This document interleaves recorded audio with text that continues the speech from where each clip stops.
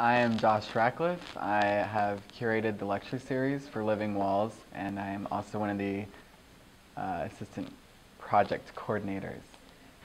So Living Walls is an initiative to bring street art to Atlanta and create a healthy conversation about what is acceptable as far as uncommissioned work and what we sort of value as members of a city.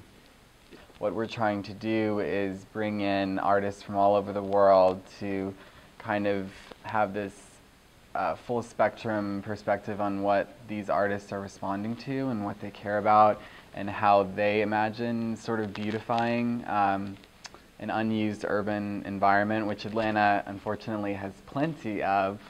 So graffiti is more of a sport. It's practiced as a sport as far as territory, turf wars, and this kind of neighborhood identity. A blighted community is often symbolized with graffiti and this broken windows theory.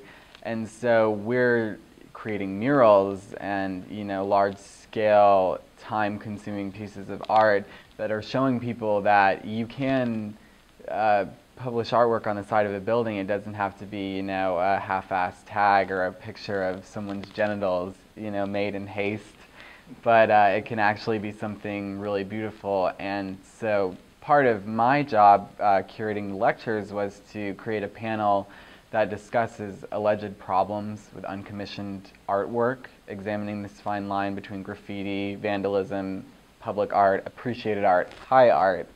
And so we're having some people from the graffiti task force to give a response and hopefully have a healthy conversation about it rather than putting them in the line of fire with a group of people who obviously support street art. If they're going to protest it based on their obligations as law enforcement, that makes perfect sense, but we want them to understand people's motives behind it and maybe come to a place where we can start coordinating more with the city. And if the city was sort of mandating and condoning different types of art, I think it might diffuse people's idea of street art and graffiti being the same thing.